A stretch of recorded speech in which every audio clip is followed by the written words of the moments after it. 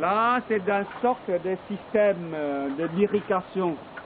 Si les petits parcelles, elles prennent l'eau avec la cuillère comme ça, pour mettre dans la rivière. Hein? Mais là, elle est juste pour nous montrer. Oui, oui, oui, vous montrez, parce que là, il y a la canal. Mettre l'eau de la rivière, voilà l'irrigation générale. Là, c'est une petite démonstration simplement. Hein?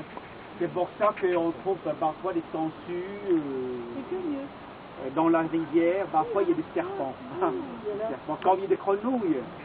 Et à partir d'avril, mai, juin, quand le riz sont grands, et dans le riz, les rivières, il y a des escargots, mais il y a aussi des grenouilles. Oui, on en a vu dans les restaurants, là, dans les bâtiments. Quand il y a des grenouilles, il y a des serpents. Hein?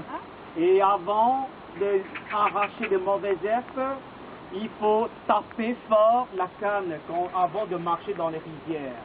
Hein? Sinon, on risque de marcher sur le serpent. Hein? Ils sont venimeux, il y a des venimeux. Il y a des venimeux.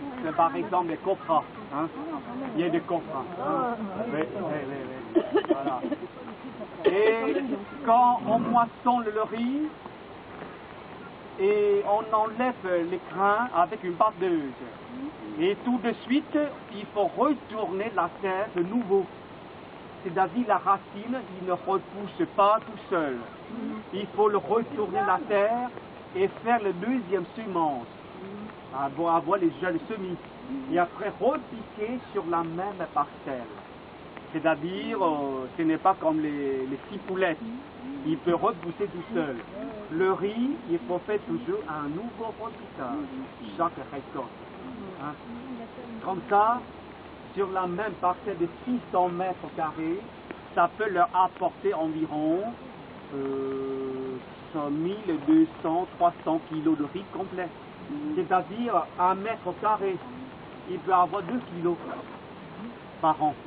C'est 1 kilo pour une récolte. Combien de récoltes par an? Deux. Et entre les deux, la fin d'octobre jusqu'à l'année prochaine, là, l'hiver, on cultive des légumes. Hein? Comme voilà, maintenant il y a encore un peu de légumes dans le champ. Hein? Et bientôt, on va tout retourner la terre, après repiquer le riz dedans. Hein? Comme ça, il n'y a pas de souci pour l'irrigation. Pour l'eau, vous voyez, il y a le canal, il y a un moulin dans l'eau, dans la rivière.